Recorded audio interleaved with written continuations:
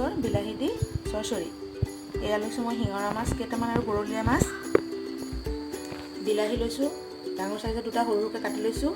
অকণমান আদা নহৰু থেতালি লৈছোঁ। এটা ডাঙৰ চাইজৰ পিঁয়াজ কাটি লৈছোঁ আৰু দুটা কেঁচা জলকীয়া। আহক, মই ইয়াত দিছোঁ হালধি, সোৱাদ অনুযায়ী নিমখ, অকণমান ৰেড চিলি পাউডাৰ, অকণমান ধনিয়া গুড়ি, অলপ জিৰা গুড়ি, কেইটামান গোটা জিৰা, কেঁচা জলকীয়া, নহৰু, আদা, বিলাহী,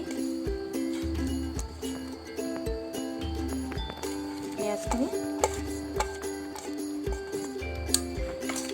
মই ভালদৰে সানি লৈছোঁ। চাওঁ আহক মই কেনেদৰে বনাওঁ। মই তেল দিছোঁ, মই তেলখিনি গৰম হ'বলৈ দিছোঁ। তেলখিনি গৰম হৈ গ'ল, এইখিনি দি দিছোঁ।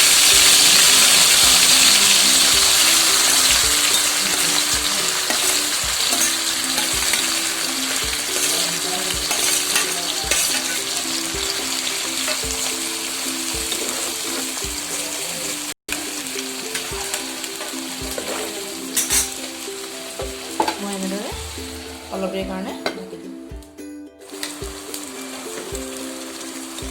এনেদৰে মই লৰাই দিছোঁ।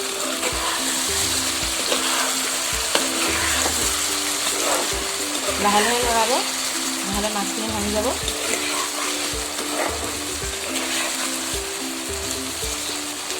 এনেদৰে আছে 5 মিনিটৰ কাৰণে মই ঢাকোনখন মাৰি দিম। মই এইখিনি লৰাই দিম।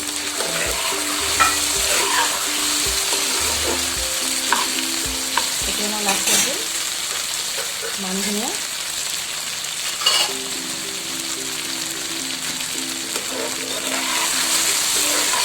এতিয়া মই টমেটো দি মাছ চৰচৰি ৰেডি। যদি আপোনালোকৰ এই ৰেচিপিটো ভাল লাগে, লাইক আৰু শ্বেয়াৰ কৰিব। নমস্কাৰ।